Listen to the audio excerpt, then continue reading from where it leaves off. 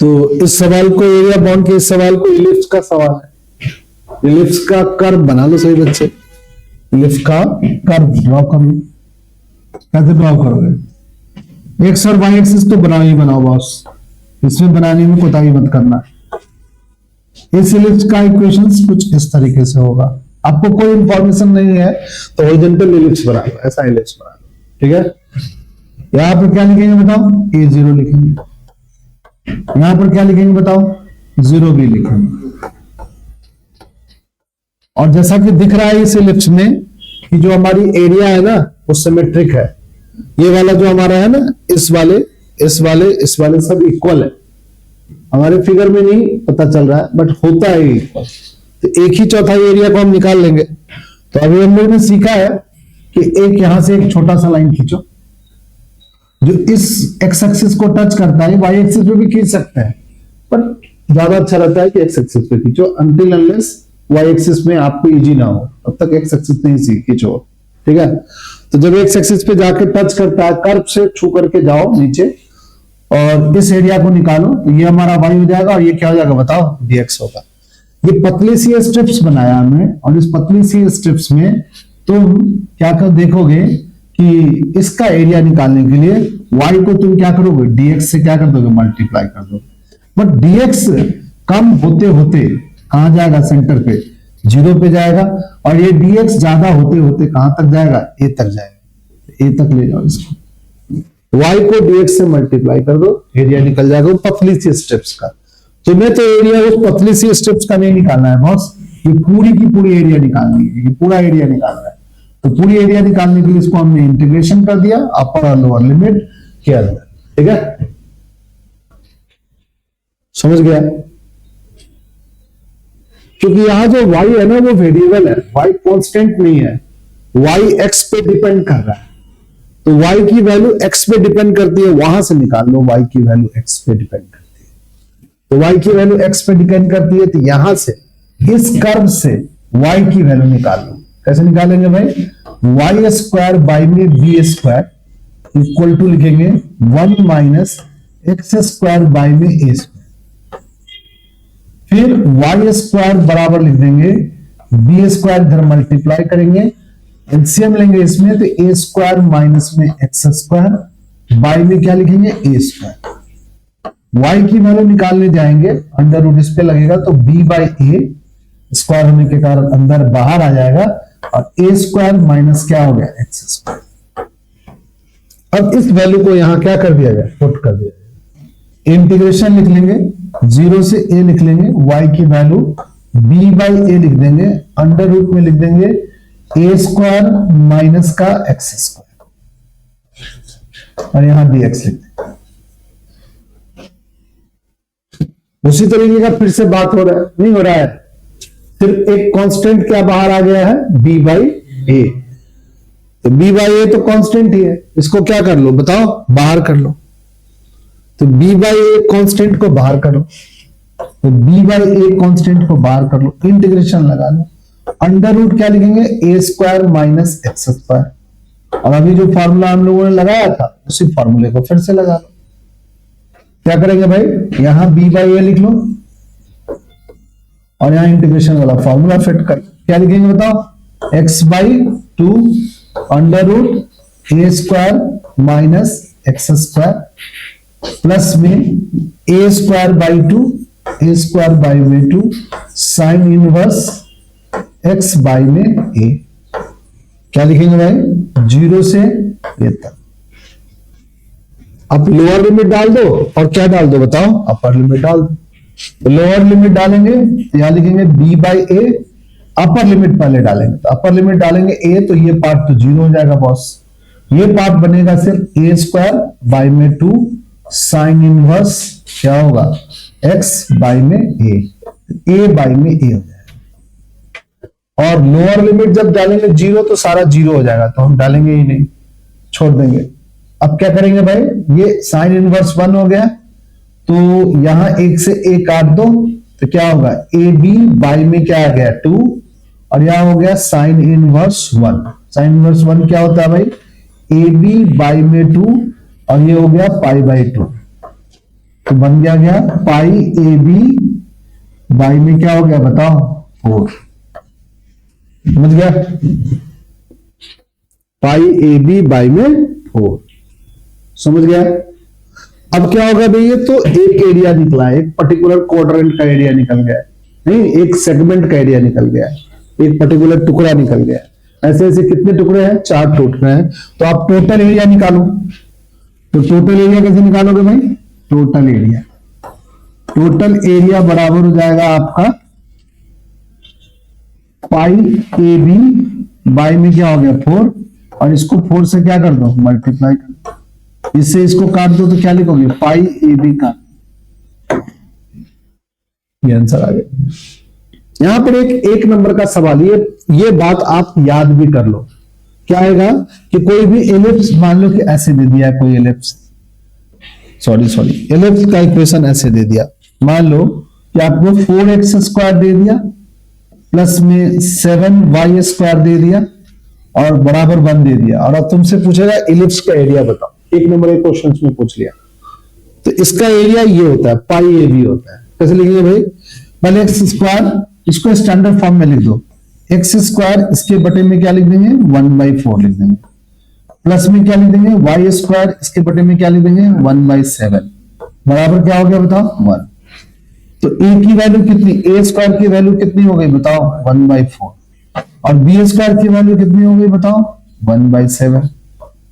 नहीं तो a और b की वैल्यू नहीं निकल जाएगी, a की वैल्यू कितनी होगी, a बराबर क्या होगा 1/2, b बराबर कितना होगा बताओ 1/√7। तो एरिया क्या होगा बताओ, एरिया ऑफ एलिप्स, एलिप्स का एरिया क्या होगा, लगा लो भाई फॉर्मूला। क्या लिखेंगे पाई ए बी क्या होगा भाई, पाई ऊपर रह जाएगा 2√7। डायरेक्ट लिख सकते हो 1 मार्क्स क्वेश्चन के लिए, ये आपको 1 मार्क्स में डायरेक्ट पूछेगा तो आप ऐसे नहीं, डायरेक्ट पूछेगा तो डायरेक्ट ये एरिया ऑफ एलिप्स का ये वाला फॉर्मूला लगा, कोई दिक्कत नहीं। 1 मार्क्स में कोई आपको स्टेटमेंट थोड़ी देने का जरूरत है, सीधा सीधा आप लिख दो पाई ए बी और बी, और यहां पर तो स्टैंडर्ड फॉर्म में इक्वेशन नहीं दिया है, कभी कभी आसान पूछेगा तो आपसे लिख देगा x² बाई में 4, y² बाई में 9 बराबर लिख देगा 1। तो a की वैल्यू कितनी हो गई बताओ, a की वैल्यू 4 नहीं हुई, a की वैल्यू 2 हो गई, गलती करता है बच्चा, a² की वैल्यू 4 है और b की वैल्यू कितनी है बताओ 3 है। तो एरिया कितना होगा बताओ बच्चा बाटी, एरिया बराबर होगा 6 पाई। कोई दिक्कत, पाई ए बी होता था, a की वैल्यू कितनी हो गई 2 हो गई, b की वैल्यू 3 हो गई, तो 6 पाई हो गया। तो इस तरीके से छोटे सवाल आप जो 1 मार्क्स के होंगे आप डायरेक्ट बना सकते हो इस पर, ठीक है। इस टाइप के सवाल आएंगे तो आप लोग क्या कर दीजिएगा, कर दीजिएगा। तो इंटीग्रेशन का जो बेसिक फॉर्मूला है, जो 9 इंटीग्रेशन का बाद वाला जो फॉर्मूला हमने पढ़ाया था एक दिन क्लास में, सारा लिखा था, वो बड़ा इंपॉर्टेंट फॉर्मूले सब है। उन सभी फॉर्मूले को अगर आप याद रखोगे तो इंटीग्रेशन भी बनेगा और ये भी सवाल क्या होगा, सब बन जाएंगे। नहीं करोगे नहीं बनेगा।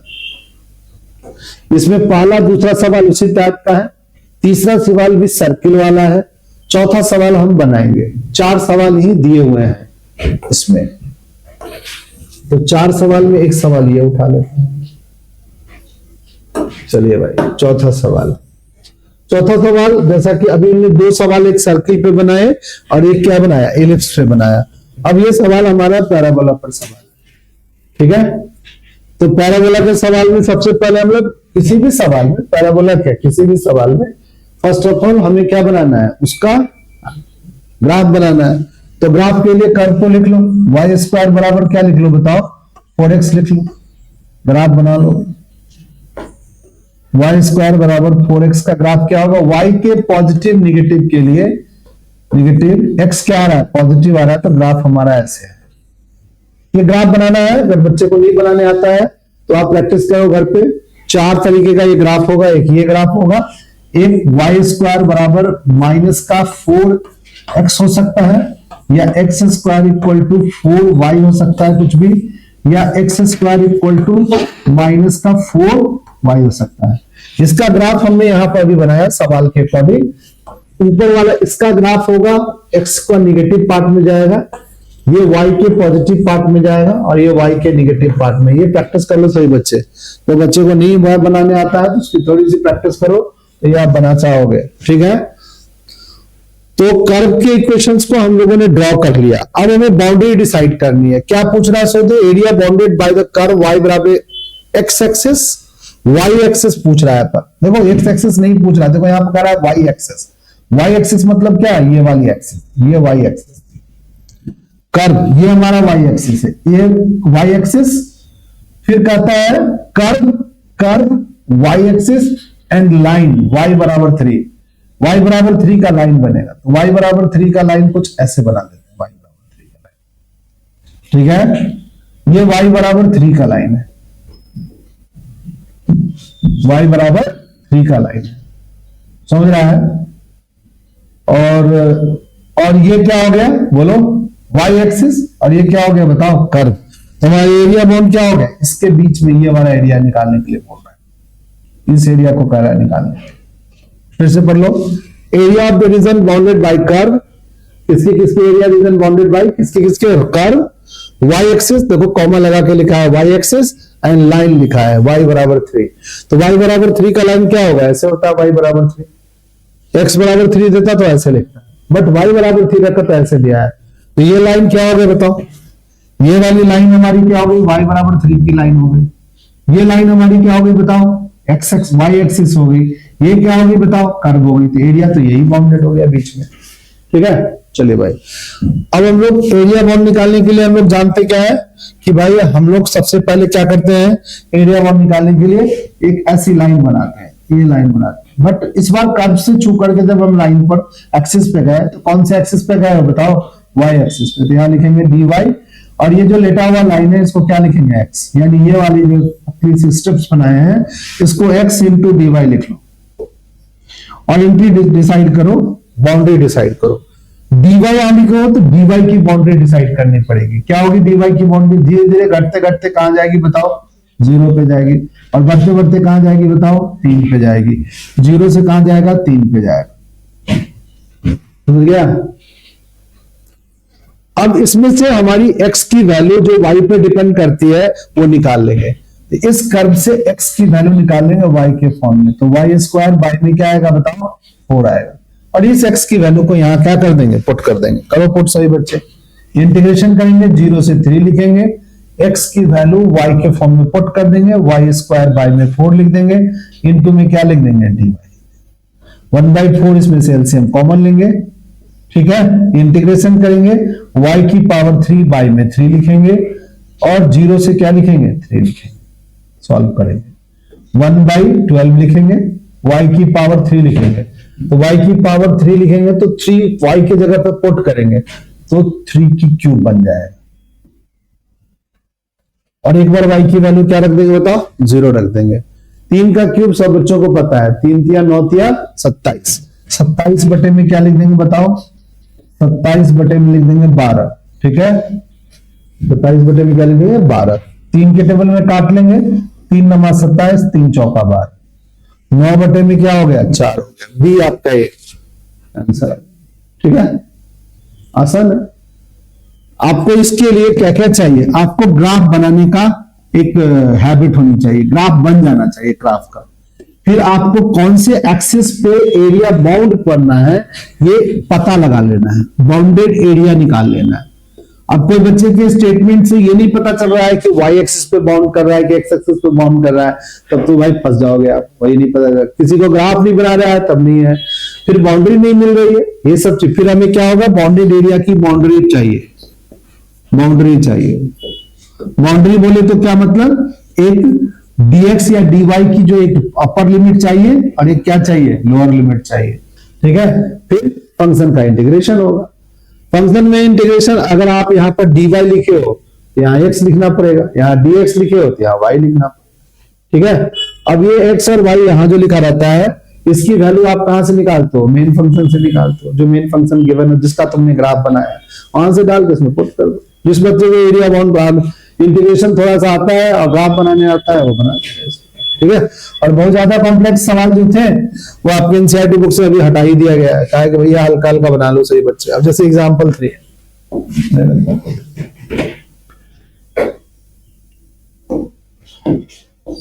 ऐसे ही सारे सवाल हम लोग बनाए हुए हो जब हम लोगों ने क्लास ली थी, रेगुलर क्लास लिया थी तो रिवीजन क्लास है। अब ध्यान से देखो, यहाँ पर हमारी y बराबर 3x + 1 कर पूरा लाइन को क्वेश्चन को सवाल को पढ़ा करो। क्या लिखा हुआ है? Find the area of reason bounded by line y बराबर 3x + 2 the x axis and the coordinate x बराबर -1 और x बराबर +1। चेक करो, पहले लाइन का इक्वेशन है क्योंकि 2 वेरिएबल लीनियर इक्वेशन है। लाइन का इक्वेशन बनाने के लिए सिर्फ 2 पॉइंट चाहिए, ठीक है। तो कैसे बनाएंगे भाई लाइन के इक्वेशन? इसका लाइन का इक्वेशन का हम क्या बनाना चाह रहे हैं बताओ? ग्राफ बनाना चाहे थे। इसके लिए 2 बाउंड्री बनाएंगे। 10वीं में हमने बनाया था, वहां 3 पॉइंट बनाते थे, यहाँ पर हम सिर्फ 2 पॉइंट बनाएंगे, x और y। x की वैल्यू 0 रखेंगे, x की वैल्यू 0 रखेंगे तो y की वैल्यू 2 आएगी। y की वैल्यू 0 रखेंगे, y की वैल्यू 0 रखेंगे तो क्या आएगा? x की वैल्यू माइनस का बोलो 2/3। हाँ दिमाग चला गया। y की वैल्यू 0 रख दिया, x की वैल्यू माइनस का 2/3। और ग्राफ जो है ना, ग्राफ पेपर आपके एग्जाम में दिया जाएगा, उस पर बनाइएगा ग्राफ, ठीक है। प्रॉपर लेवलिंग कर करके, ये नहीं कि जैसे तैसे बना दिए, प्रॉपर लेवलिंग, ठीक है। डिस्टेंस वगैरह ठीक से मेजर करके। आप देखो यहाँ पर ग्राफ कैसे बनाएंगे। चलो मैं प्रॉपर इसी पेपर पर लेवल करता हूं। यहां पर हम लोग क्या करते हैं बताओ? इसको 1 मानते हैं और इसको 2 मानते हैं, तो ये 0 2 हो गया भाई, ये पॉइंट हो गया एक। अब हमारा क्या है? -2/3 है, तो ये अगर 1 माने तो यहां पर भी 1 होगा और यह क्या होगा भाई? 2 होगा। ये 1 से छोटा है, -2/3 है, इसको 3 बराबर टुकड़े में बांट लो, ये 1/3 हो गया, ये 2/3, ये पॉइंट हो गया 2/3। समझा कि नहीं समझा बच्चा पार्टी? भाई ये पूरा 1 है तो 1 का 2/3 यहां आएगा, ठीक है। समझा? इस चीज को ठीक से बनाइएगा। अगर ग्राफ ठीक से प्लॉटिंग नहीं होगा तो गलत होगा। तो तुम कहोगे सर जी मैं इस फ्रैक्शन वाले पॉइंट से बच नहीं सकते हैं? जरूर बच लो, कोई दिक्कत नहीं, बच लो। कुछ ऐसा पॉइंट डाल दो जिसमें फ्रैक्शन ना आए, ठीक है। तब भी ग्राफ का टेढ़ा नहीं जाएगा, ग्राफ ऐसे ही बनेगा, ठीक। चलो भाई, फ्रैक्शन वाले पॉइंट से बचने के लिए आप कहां पर? चलो ये पॉइंट हम बना लिया। ये पॉइंट कितना हो गया बताओ? -2/3 और 0 3 होगा, -2/3 और 0। चलिए भाई, और क्या होगा भाई? चलो एक पॉइंट और बना लेते हैं, फ्रैक्शन वाले पॉइंट से बच लेते हैं। -1 डाल दे। एक बच्चा बोल रहा है y की वैल्यू क्या डाल दिया जाए सर? -1 डाल दिया जाए। तो x की वैल्यू क्या आएगा भाई? -1 y की वैल्यू डालेंगे तो x की वैल्यू पॉजिटिव थोड़ी आएगा, -1 आ जाएगा। हाँ भाई, x की वैल्यू y की वैल्यू -1, y की वैल्यू क्या डालेंगे बताओ?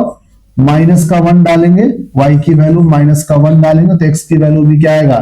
-1 आएगा। तो तुम देखोगे ये हमारा -1 और ये -1 है, तो यहां पर आएगा ग्राफ, ठीक है। तो ग्राफ में कोई डेविएशन नहीं आएगा, आपको ग्राफ बन जाएगा। बट बाउंड्री पर ग्राफ को बनाना बहुत जरूरी है। ये सब बाउंड्री जहां एक्सिस को काटता है वो पॉइंट का पता लगाना बहुत जरूरी है, ठीक है। एक्सिस को कहां कहां कट करती है ग्राफ, ये बात का सही पता लगाना बहुत जरूरी है, ठीक है। चलिए भाई, अब और ये ग्राफ बन गया, एक्स एक्सिस हो गई।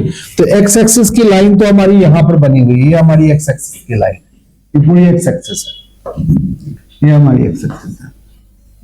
तो क्या गया? Find the area of reason bounded by line. तो लाइन तो ये हो गया एक्स एक्सिस, तो लाइन और एक्स एक्सिस के बीच में तो ये वाला एरिया दिख रहा है। आगे आगे भी पढ़ते हैं। एंड द ऑर्डिनेट x बराबर -1, तो x की वैल्यू -1, तो x की वैल्यू -1 क्या होगा भाई? ये होगा x की वैल्यू -1, ये होगा x की वैल्यू 1, और x की वैल्यू 1, तो x की वैल्यू 1, यहां पर x की वैल्यू, यानी एक छोटा सा एरिया क्या हो गया? ये वाला एरिया हो गया, नहीं हो गया? और एक पूरा ये एरिया हो गया। ये वाला पॉइंट सबको पता है, थोड़ा सा भेग पॉइंट बन गया। यहां पर कितना बच गया भाई? -2/3 और क्या बना है? 0। तो ये छोटा सा एक एरिया ये भी बना है। और x की वैल्यू यहां पर कितना है बताओ कोई बच्चा? x की वैल्यू 1 है, ठीक है भाई। तो ये लाइन x की वैल्यू 1 कहीं ना कहीं, तो ये एक एरिया कौन हो गया भाई? ये पूरा एरिया, इन दोनों एरिया को क्या करना पड़ेगा, एक तो एरिया ये हो गया और दूसरा एरिया ये हो गया। इस दोनों एरिया को क्या करना पड़ेगा, बना करके ऐड कर देना, प्लस कर देना। ठीक है, चलो भाई अब इंटीग्रेशन करते हैं। जाके हम यहां से अगर हम लोग x के साथ बाउंड्री है तो x के साथ y इंटू क्या लिखेंगे, dx लिखेंगे। इस वाले एरिया का जो अपर लिमिट लिखेंगे कहां लिखेंगे बताओ, -1 लिखेंगे। और ये माइनस का 2/3 क्या लिखेंगे, सॉरी ये लोअर लिमिट लिखेंगे, अपर लिमिट लिखेंगे। इस एरिया की जो भी वैल्यू आएगी उसमें प्लस कर देंगे किसका एरिया, यहां से माइनस का 2/3 से x की वैल्यू 1 तक और y इंटू डी एक्स आ गया। कितनी ये बात नहीं समझ में आया कोई बच्चे को तो पूछ लो। ग्राफ तुम अपने एनसीईआरटी बुक के थ्रू भी समझ सकते हो, ये ग्राफ बना हुआ है देखो। तो अगर क्लियर ग्राफ बनाओगे तो you can look at the area clearly. ठीक है, हमारी भी कोशिश वैसी ही थी, बट ग्राफ पेपर पर जब छोटे छोटे नंबर है तो थोड़ा बड़ा बड़ा ब्लॉक्स में 1 मान करके चलेंगे ठीक से। जैसे इतना छोटा सा बन जाएगा ना तो कंफ्यूज हो जाओगे उसमें। अब देखो ये वाला एरिया, इस वाले ग्राफ को हम लोग जो एनसीईआरटी बुक में सही से प्रिसाइज करके बनाया है उसको हम लोग वहीं लगा लेते हैं। ठीक है, ये वाला ग्राफ और हमारा वाला ग्राफ एक ही जैसा है, पर थोड़ा सा क्या हो रहा है, मेरा वाला ग्राफ में ये वाला एरिया छोटा सा बन गया है क्योंकि इसमें 1 कितना बड़ा माना है, ये वाला को इतना वाले को 1 माना है, और 2/3 क्या हो गया यहाँ पे बनाया है ये, और ये कुछ ऐसे बनाया है। तो ग्राफ हमारा मोर एंड लेस आप भी ऐसे बना दोगे तो एग्जाम में क्या हो जाएगा, ठीक ही हो जाएगा।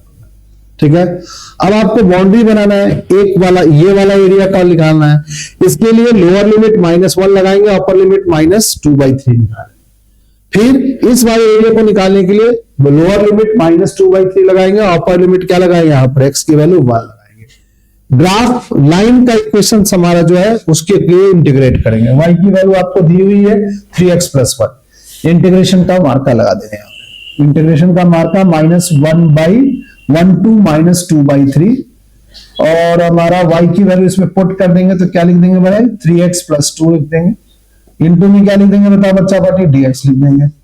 प्लस में इंटीग्रेशन करेंगे -2/3 1, y की वैल्यू फिर से लिख लेंगे 3x प्लस क्या लिख देंगे 2, इंटू में क्या लगा देंगे बताओ, dx। अब तो कहानी आगे जो भी है वो तो भाई इंटीग्रेशन है। जो बच्चा इंटीग्रेशन इसको कर देगा, लोअर लिमिट अपर लिमिट की वैल्यू ठीक से पुट कर देगा, उसके आंसर क्या हो जाएंगे, बन जाए, ले हो जाएंगे। ठीक है, चलिए थोड़ा सा कर ले हम लोग भी, आ जाए इंटीग्रेशन कर ले। इंटीग्रेशन करेंगे तो क्या आएगा बताओ, तो ये आएगा भाई 3/2x का स्क्वायर आ जाएगा, और ये आ जाएगा भाई 2x आ जाएगा। लोअर लिमिट क्या डालेंगे, -1, अपर लिमिट क्या डालेंगे, -2/3। फिर प्लस करेंगे 3/2x का स्क्वायर, प्लस में क्या लिखेंगे बताओ, 2x लिखेंगे। लोअर लिमिट क्या लिखेंगे, -2/3, अपर लिमिट क्या लिखेंगे 1। चलिए अब यहां पे 2/3 डालेंगे, 2/3 डालेंगे, स्क्वायर करेंगे तो 3/2 और 2/3 डाल दिया, स्क्वायर किया तो 4/9 आ गया। माइनस में आएगा 2/3 डालेंगे तो 4/3 आएगा। ये हमने अपर लिमिट डाला है। फिर लोअर लिमिट डालेंगे, माइनस करना पड़ेगा, -1 डालेंगे तो 3/2 आएगा, -1 का स्क्वायर 1 हो जाएगा, माइनस का 2x आएगा। 2x की जगह पर हम 2 लिख देंगे माइनस, क्योंकि x की वैल्यू -1 है। ये हमारा एक पार्ट बन गया। दूसरा पार्ट हम लोग यहां लिख दिया x की वैल्यू 1 तो 3/2, x की वैल्यू 1 रखेंगे तो 2, ये वाला पार्ट ऐसे लिख लिया। फिर माइनस लगा दिया, माइनस का 2/3 डालेंगे तो 3/2 यहां लिखेंगे, स्क्वायर करेंगे तो 4/9 आएगा। 2/3 का स्क्वायर करना पड़ेगा, फिर माइनस का साइन लग जाएगा क्योंकि 2/3 डालेंगे तो 4/3 आएगा, निगेटिव डाल रहे हैं। अब इन सबको सॉल्व करना पड़ेगा, जो आएगा फाइनल आंसर आ जाए। ठीक है, चलिए भाई देखते हैं क्या आता है। चलिए सॉल्व करते हैं, इससे कट गया, इससे कट गया तो 2/3 ही बनेगा। ये क्या हो गया, 4/3 बनेगा, और ये घट के कितना आएगा, -1/2 आएगा। एलसीएम लेंगे 4 आएगा, माइनस का 1, इस माइनस से प्लस हो जाएगा 1/2,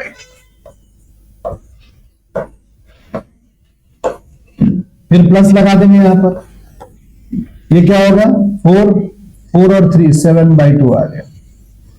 ये हमारा निगेटिव ब्रैकेट के अंदर लिख लेते हैं। ये कितना आएगा बताओ 3/2 आएगा, 2/3 आएगा, 2/3 आएगा, माइनस क्या हो गया 4/3 आएगा। अब इसको सॉल्व करेंगे तो ये हमारा आ जाएगा माइनस का 2/3, माइनस का 2/3, प्लस में क्या आएगा 1/2, ये क्या आएगा बताओ प्लस में 7/2, और ये सॉल्व होकर के माइनस माइनस प्लस हो जाएगा 2/3 आएगा। ये सॉल्व होके आएगा 6, एलसीएम आएगा इसका, ये सॉल्व होगा तो 3 माइनस का 4 आएगा, प्लस में क्या आएगा 3 आएगा,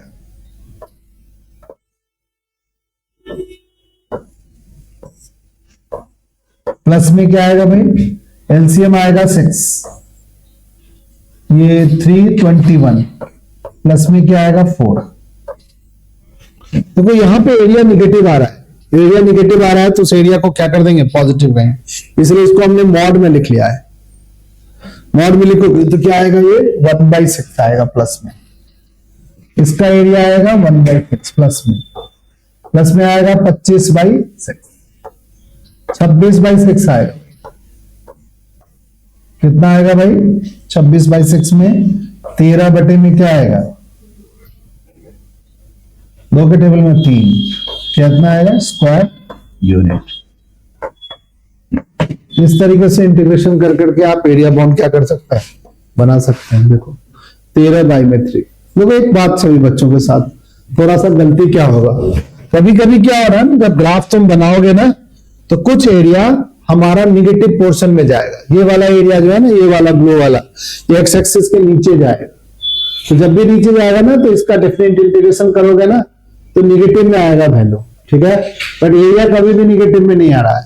तो इस वाले टर्म्स में जब भी ये टाइप का फिगर बने तो इस वाले टर्म्स को आप क्या कर दो पॉजिटिव एरिया बना दो, मॉड लगा लो। फिगर से आपको पता चल रहा है तो यहां पर मॉड लगा दो, और ये मॉड कंटिन्यू रखो, ये मॉड कंटिन्यू रखो। या ऐसे सवालों में इस निगेटिव वाला एरिया को अलग से इंटीग्रेट करके बनाओ और ये पॉजिटिव एरिया को अलग से इंटीग्रेट करो और दोनों इंटीग्रेट करके फ्यूज करो। क्योंकि लंबा जाने में क्या होता है बच्चों को बार बार क्या होती है दिक्कत होती है, नहीं होती है दिक्कत कि सर कहीं बीच में मॉड वाली कहानी तुम भूल गए तो क्या होगा भाई, तुम निगेटिव वाले को ऐड कर दोगे फिर आपका गलत आंसर आ जाएगा। तो उससे बेटर है कि पहले आप किसका इंटीग्रेशन करो, बताओ बच्चा पाटे, माइनस का 1 से लेके किसका बोलो, माइनस का 2/3 और यहां लिख लो y की वैल्यू 3x प्लस का क्या लिख लो बताओ 2 इंटू में क्या लिख लो बताओ dx लिख लो, और इसका मॉड वैल्यू आया। क्यों मॉड वैल्यू लेंगे भाई, क्योंकि ये जो एरिया है ग्राफ में एक्स एक्सिस के क्या आ रहा है नीचे आ रहा है, ठीक है, पॉजिटिव वैल्यू आया। ये जो हमारा लास्ट में आ रहा था यहाँ पर निगेटिव आ रहा था, देखो यहाँ पे एलसीएम अगर लिए थे तो माइनस का 1/6 आ रहा था, तो हमने इसको पॉजिटिव लिख लिया क्योंकि इसका हम क्या ले रहे हैं बताओ मॉड। कहीं कहीं बीच में हमने भी मॉड नहीं सब जगह जैसे लगा दिया है मॉड, बट मॉड वैल्यू लगाने तो उसका इंटीग्रेशन पहले कर लो, फिर बाद में दूसरे एरिया का इंटीग्रेशन कर लो। दूसरे एरिया का कैसे इंटीग्रेशन करोगे भाई, तो उसके लिए लोअर लिमिट क्या लगाओगे बताओ, ये पहला एरिया निकल गया, और दूसरा एरिया क्या होगा उसके लिए मॉड लगाने की जरूरत नहीं है, सीधा इंटीग्रेशन लगाएंगे -2/3 से लेकर के क्या लिखेंगे 1 तक, और ये 3x प्लस क्या लगा देंगे 2 और साथ में क्या लिख देंगे dx। इसमें मॉड लगाने की जरूरत नहीं है क्योंकि एक्स एक्सिस के ऊपर वाला एरिया था। अब ये दोनों एरिया का जो वैल्यू आया, इसकी वैल्यू 1/6 आई है और इसकी वैल्यू कितनी आई है बताओ 25/6 आया है। हम इन दोनों को ऐड कर लो सिंपल, एक 1/6 में 25 में टोटल एरिया निकल जाए। टोटल एरिया आपका ऐसा निकालना, टोटल एरिया तो क्या होगा भाई 26 25/6 में प्लस कर दो 1/6, ठीक है, प्लस करके निकालना आंसर 26/6 आ गया आंसर। इस तरीके से आप रिवीजन में इसको कर सकते हो, करोगे तो ठीक हो जाएगा धीरे धीरे, ठीक है। चलिए तो आज की रिवीजन क्लास में मैथ्स में हम लोग इतना ही रखें, ठीक।